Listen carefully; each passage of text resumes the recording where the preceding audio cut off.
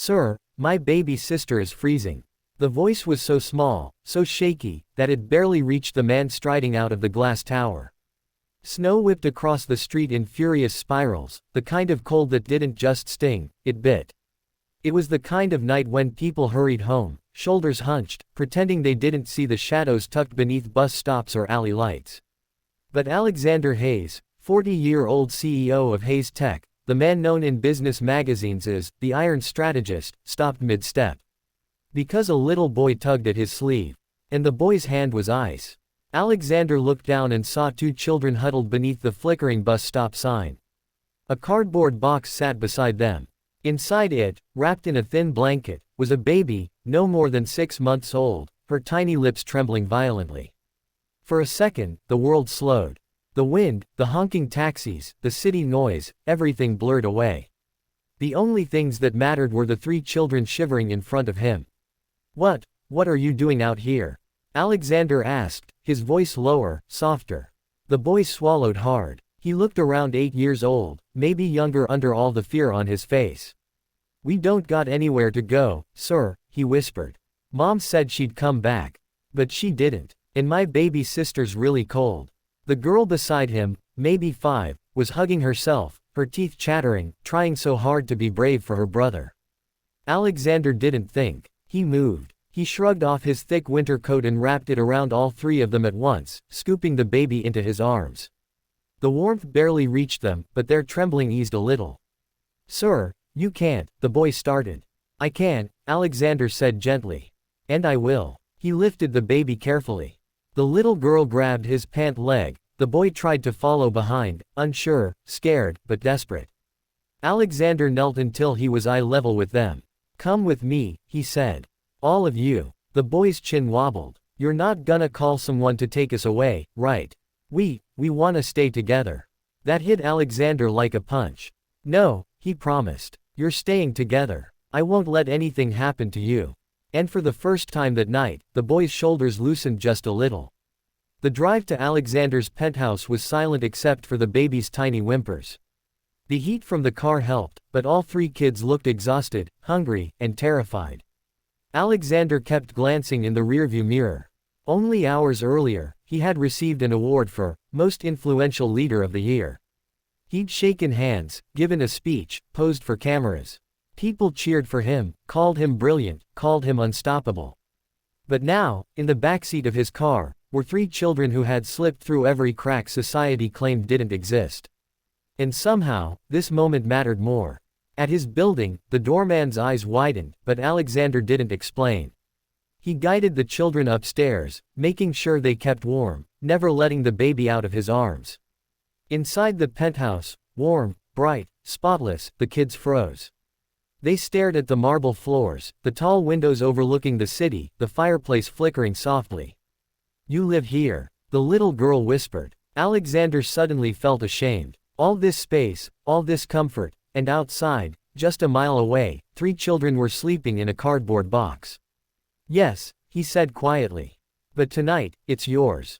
He ushered them in, brought blankets, turned up the heat, and set a pot of warm soup on the stove. He held the baby close as her shivering slowly eased. What's her name? He asked. Ella, the boy said. I'm Noah. And that's my sister, Lily. Alexander smiled. Nice to meet you, Noah. Lily. Noah nodded politely, but the fear still sat heavy in his eyes. He didn't trust easily, and why should he? While the soup warmed, Alexander called his private doctor, who arrived within minutes. He examined the children, giving recommendations, hydration, warmth, food, observation.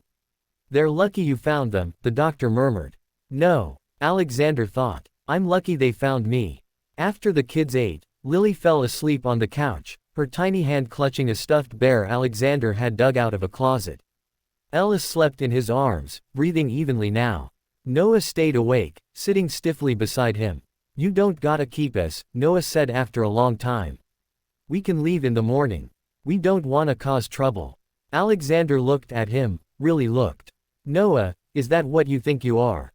Trouble. The boy swallowed. Mom used to say people don't help kids like us unless they want something. And, people don't want nothing from kids like us. Alexander's heart tightened. My mom left yesterday, Noah whispered. She said she was going to get money and food. She said to wait. But, she never came back. A tear slipped down his cheek. And it got cold. Really cold. I didn't know what to do. Alexander placed a hand on his shoulder. You did everything right. You kept your sisters safe. You're brave, Noah. Braver than most adults I know. The boy looked up, startled by the kindness. We're not going anywhere, Alexander said. Not tonight. Not tomorrow. You're safe here. You hear me? Noah nodded quickly, wiping his face with the back of his sleeve. You promise? I promise. Later, when the kids slept in a warm guest room, Alexander stood by the window, staring at the city lights. He thought about his own childhood, raised in foster care, passed from one home to another. He'd been the kid who sat awake wondering if anybody wanted him. He'd been the child who kept a small backpack ready because no place ever felt permanent. He remembered shivering winters. He remembered standing outside, watching families through windows, wondering why some people got love and others didn't. That was why he'd built everything he had. That was why he never trusted anyone, worked alone, kept distant.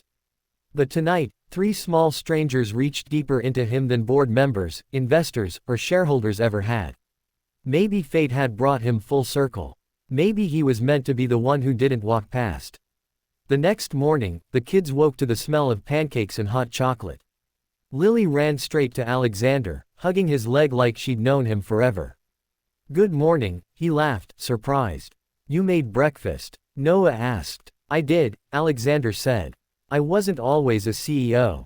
I burned a lot of pancakes learning this. Noah cracked a tiny smile. After breakfast, Alexander gently asked the question that had been weighing on him.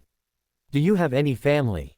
Anyone I can call? Noah shook his head. Mom said Dad left when I was a baby.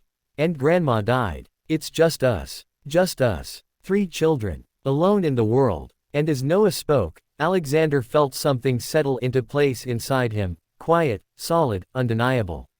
I want you to stay here, he said slowly. Not for a night. Not just until things are sorted out. I want to help you. Really help you. Noah's breath hitched. You mean like, family. Alexander met his eyes. If you'll have me. For a moment, Noah didn't move. Then he launched forward and hugged Alexander with all the strength in his small body. Please, he whispered. Please don't ever leave us. Alexander wrapped his arms around the boy, holding him tight. I'm not going anywhere. Lily joined the hug. Even baby Ella cooed from her blanket on the couch. And for the first time in decades, Alexander felt something warm fill the cold, empty spaces of his life. Something he hadn't realized he was missing. Family. Not one born from blood. One born from choice, from compassion, from a moment outside a bus stop in the freezing snow when a scared little boy found the courage to ask for help. And when a man who thought he had everything discovered the one thing he'd been searching for all along. Love. Humanity. A reason to come home. And neither of them would ever forget the night it all began. With a trembling whisper. Sir, my baby sister is freezing.